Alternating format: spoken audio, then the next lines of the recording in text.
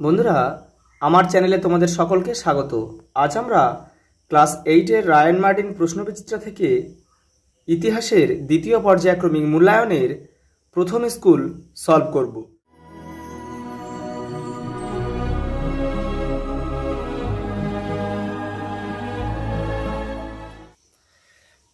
প্রথম প্রশ্ন, সূর্যাস্ত আইন যুক্ত ছিল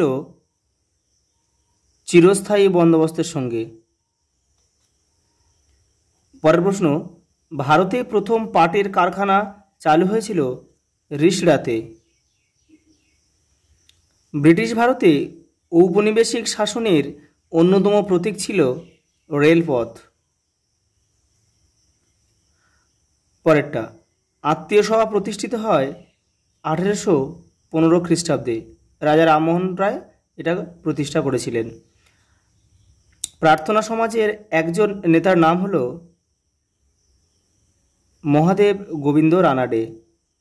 পরের প্রশ্ন, দ্বিতীয় বাহাদুর শাহকে দোষী ঘোষণা করে নির্বাসন দেওয়া হয়েছিল রেঙ্গুনে। স্বরাজ আমার জন্মগত অধিকার উক্তিটিকার বাল গঙ্গাধর তিলক। পরের প্রশ্ন, বেঙ্গলি পত্রিকার প্রতিষ্ঠাতা সম্পাদক কে ছিলেন? সুরেন্দ্রনাথ বন্দ্যোপাধ্যায়। জাতীয় শিক্ষা পরিষদ গঠিত হয় 1906। বাংলায় বিপ্লবী আন্দোলনের সঙ্গে জড়িত ছিল যুগান্তর পত্রিকা।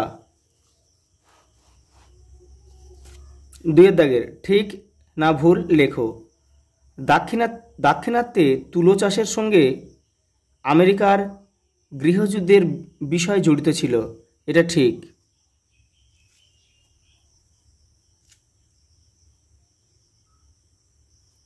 পরেরটা,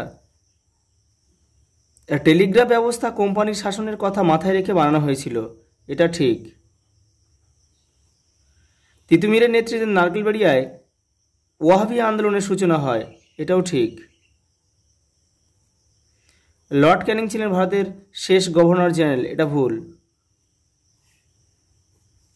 অর্থনৈতিক জাতীয়তাবাদের প্রবক্তা ছিলেন অরবিন্দ ঘোষ, এটা ঠিক। বিপ্লবী ক্ষুদিরাম বসু ও প্রফুল্ল চাকি বাংলার প্রেসিডেন্ট ম্যাজিস্ট্রেট কিংসফোর্ডকে হত্যার উদ্যোগ নিয়েছিলেন, এটা ঠিক।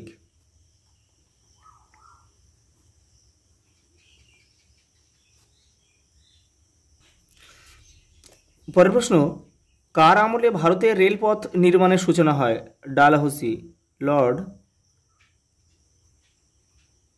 ডালহৌসি, 1853 খ্রিস্টাব্দে।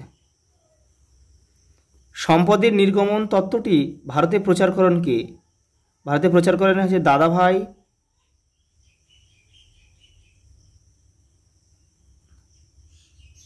নৌরোজি। আর্য সমাজের প্রতিষ্ঠাতা কে? স্বামী দয়ানন্দ সরস্বতী,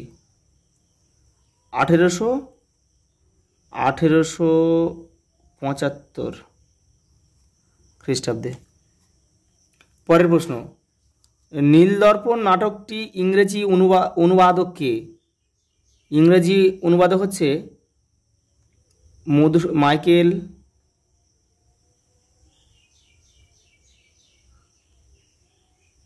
মধুসূদন দত্ত।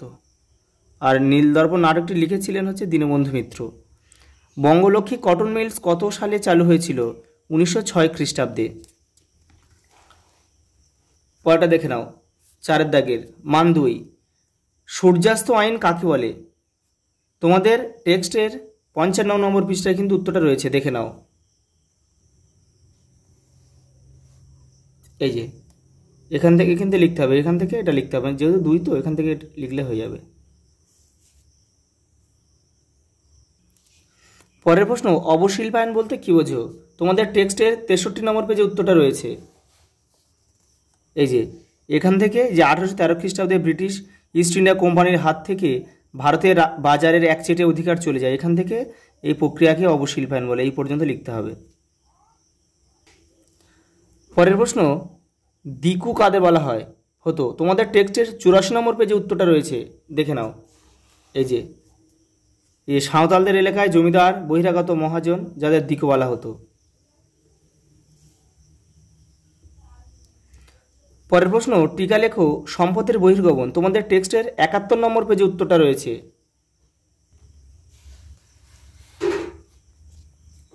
এই যে এইখান থেকে এই পর্যন্ত লিখতে হবে। পরের প্রশ্ন, টিকা লেখো জ্যোতিরাও ফুলে। তোমাদের টেক্সটের 82 নম্বর পেজে উত্তরটা রয়েছে। এই যে এখান থেকে এই পর্যন্ত লিখতে হবে। পরের প্রশ্ন, টিকা লেখো সভা সমিতির যুগ। তোমাদের টেক্সটের 97 নম্বর পেজে উত্তরটা রয়েছে। দেখে নাও। এই যে এখান থেকে কিন্তু এই পর্যন্ত লিখতে হবে। আর এই পর্বে আমরা কেবলমাত্র মান 1, 2 এবং 3 নম্বর প্রশ্নের উত্তর সলভ করব। আজ এই পর্যন্ত, দেখা হবে পরের ভিডিওতে।